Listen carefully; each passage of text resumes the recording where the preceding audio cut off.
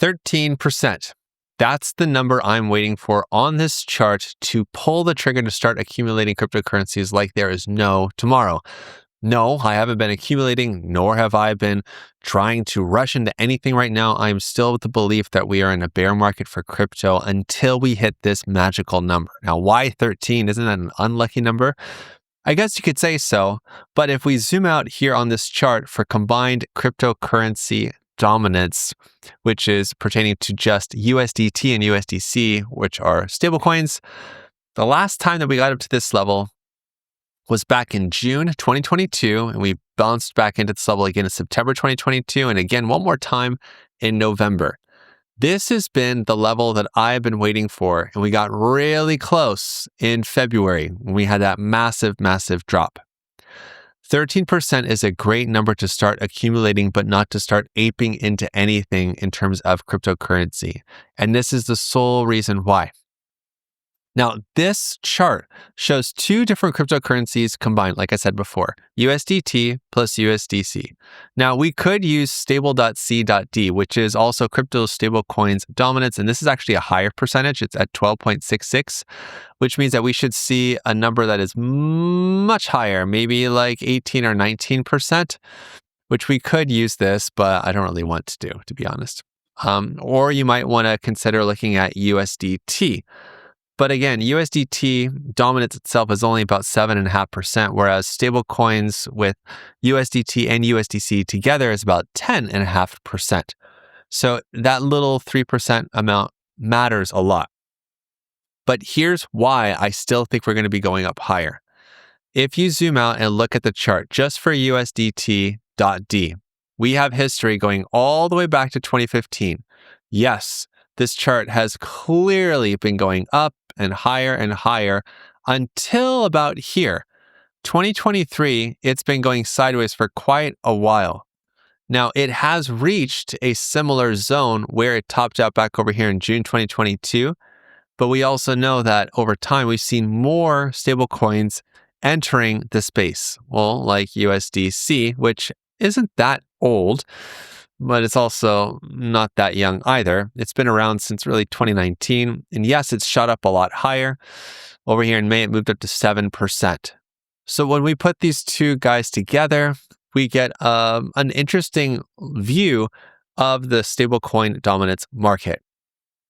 So if we were just to take the oldest, most historical looking chart, we could start to get a little bit antsy looking at this upper wick that happened back in February with that huge market pullback that we had, because we see that same thing resembled here in June 2022, and again over here in November 2022. Anytime we see a big spike on this chart, it means a big dump in crypto.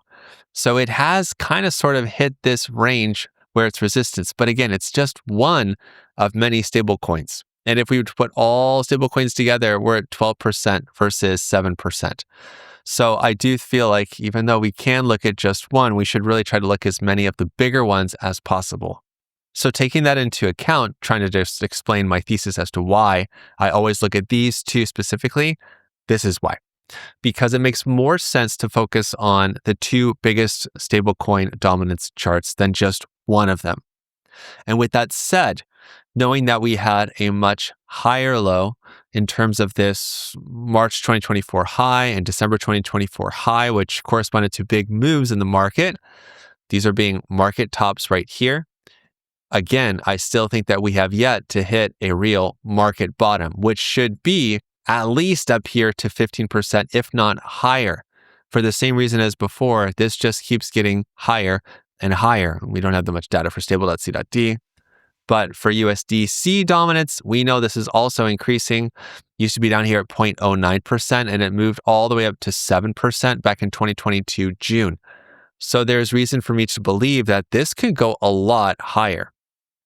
So again, I don't think that we've bottomed out yet. It's very, very deceiving to look at this and go, I think we bottomed out. I'm going to ape into everything right now. No. Now, the reason why 13% is such a pivotal number is because that will be the trigger to start accumulating.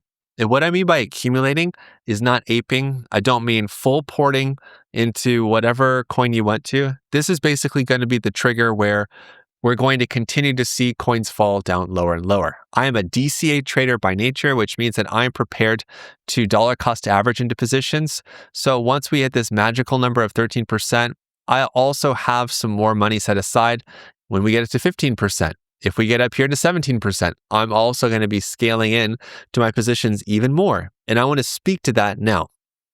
And I'll also tell you in a second why 13% is that magical number. But the reason why I want to scale into things is because it's better account preservation. For starters, on my first ad, which will be here, it's only going to be 1/7 of my total possible volume for a position. And the reason why I use 1/7 is because I double down twice. So another way that you could view this is that this could be $100, okay? So out of my total possible value, which is $700, I want to be making sure that I only put in $100 to start. So that means the next time that we have a big push up higher, then my total size is going to be 3/7. I'm adding another 2 lots to it, which is a $200 order.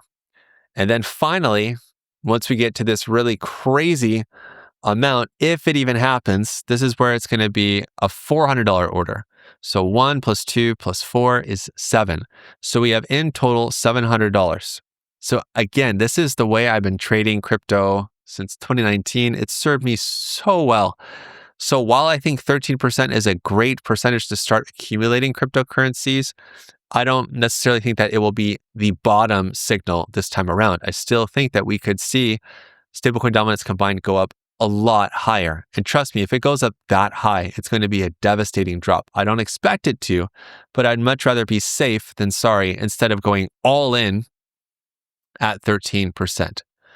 Now, before I mention why, or I tell you why 13% makes the most sense to you, or rather makes the most sense to me, I want you to make sure that you do not miss that subscribe button.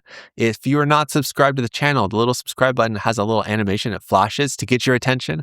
So subscribe now, and also like this video. If you want to see more content like this, let us know. Also in the comment section down below, if you want market-oriented videos, if you want more narrative videos, or just long-form podcasts or interviews, let us know in the comments. We are reading them, and we do care about what you guys want to see. So the reason for me thinking that 13% is a great target is because of this indicator called the trending breakout indicator, or the TBO for short. The reason why is because this has been a very reliable indicator at showing us where we have breakouts, breakdowns, tops, bottoms, reversals, the whole kit and caboodle. Now, looking at this chart, there is a very long line of resistance up here, starting right here in July 2022 and lasting all the way over here for 138 weeks. 138 weeks from 2022 to early 2025.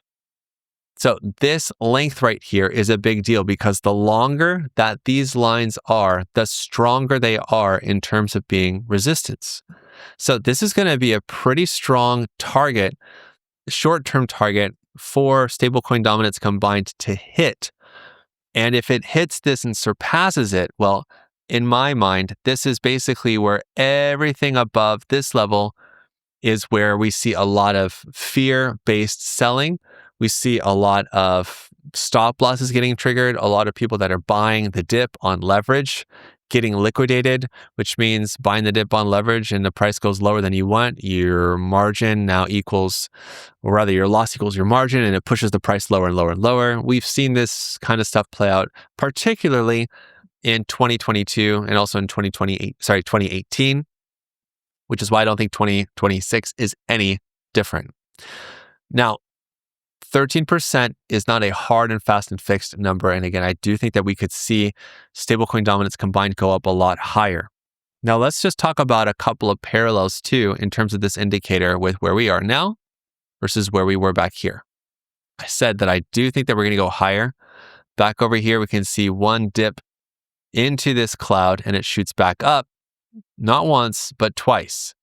Now, if that were to happen and we kind of get stopped out here, we can't really move above 12.3%, I will let you know. You'll want to be on the Coin Bureau trading channel. If we get anything like that, because that's where I'll let you guys know a lot sooner than these videos. I'm not expecting some sort of a W move like that, but that would be very odd if we were to exactly repeat. Mainly because I don't think that we've topped out in terms of dominance yet. Has yet to be actually verified, in my opinion. Another reason why I think we're going to be going up a lot higher is our RSI. Now, if we look at this pattern here with RSI, we have a low here on the 24th of March and a higher low on the 2nd of December. We have one pullback here on the 21st of July, and now we've had another pullback again on the 4th of May. Each of these are higher lows, which means that we should see a higher high coming up soon. Now, if that's going to be or rather, we're going to see a repeat of what we saw in 2021 and 2022, I want you to pay attention here. We have a low here on January 2021, a higher low on August 2021, a little bit higher low on November 2021. Are these numbers, these dates sounding familiar? A low here on the 28th of March, and then one last push up higher, and then a break of this level back over here in August 2022. Now, if you know your dates well, help you out. Right over here, this was the top in November 2020. Or basically, January 2021 was a market-wide top after a massive rally. And then we finally had our real Bitcoin top in November. We had a little bit of a rally. And then we saw a rally topping out here in March. And then the market absolutely puked here in June 2022, where we had another rally and a little bit of a disagreement in price, another rally where we finally bottomed out in October. And then in late December, we saw the market absolutely rip roar and go super crazy, okay? So it's really, really useful to use RSI to gauge the sentiment of the market. So now let's superimpose where we were to where we've been recently. March 2024 was a short-term high. This is after a huge reversal rally that started in October 2023, topping out in March, which meant a very oversold RSI. We had a rally, and then after that rally, this is basically telling us this is the top of the rally right here, and then this is the bottom here in July 2024. And then we know that there was a Trump pump, there was an inauguration pump, and then we have a top here in December after the inauguration rally.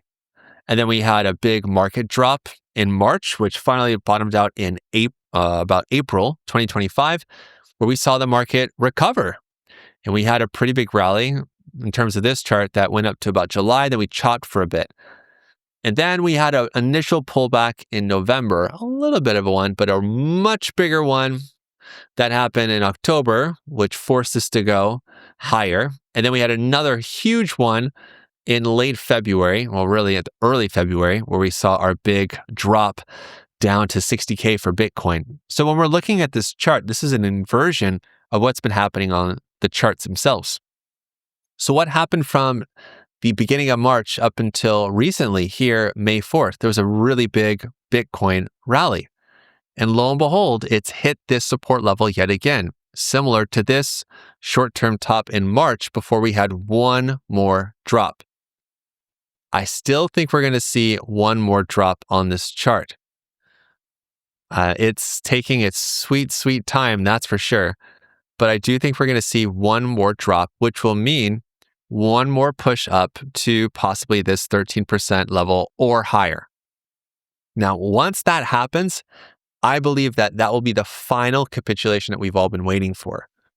If we take into account that Bitcoin has a pretty reliable 4-year cycle, if we think about the concept of top, bottom, recovery, rally, which is a very, very, very it's a long-term strategy.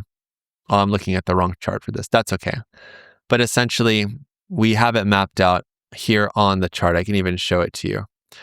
We have our bear market year in 2022, our recovery year here in 2023, a rally year in 2024, definitely, top out year here in 2025. So that means 2026 is a bottom year. and we start the whole cycle over again. So with this in mind, yes, I am still leaning bearish on Bitcoin. Yes, I still think that Bitcoin will be going lower in 2026 based off of a 4-year cycle. Yes, a lot of those signals that I've shared before about those top signals, they didn't fire like I said they wouldn't fire. But you have to understand that the bottom signals in terms of on-chain signals, those have fired reliably every single bear market. Every single time Bitcoin bottoms out, they are ring-a-ding-dinging like Frank Sinatra on a Sunday afternoon in Las Vegas. So I fully believe that we have not bottomed out yet, which feels crazy because a lot of people vehemently disagree with me, which is fine. It's okay to disagree. But the main thing is that if we start to see Bitcoin going down a lot further, now you know what to look for. Again, 13% is my target, or my trigger to start accumulating alts that I've been interested in. I've already shared actually a couple of picks and tickers with you, specifically in the AI space. If you missed that video, you're going to want to watch that. It's going to pop up right here. And until the next time, you know what to do. Stay awesome and stay in the green. Peace.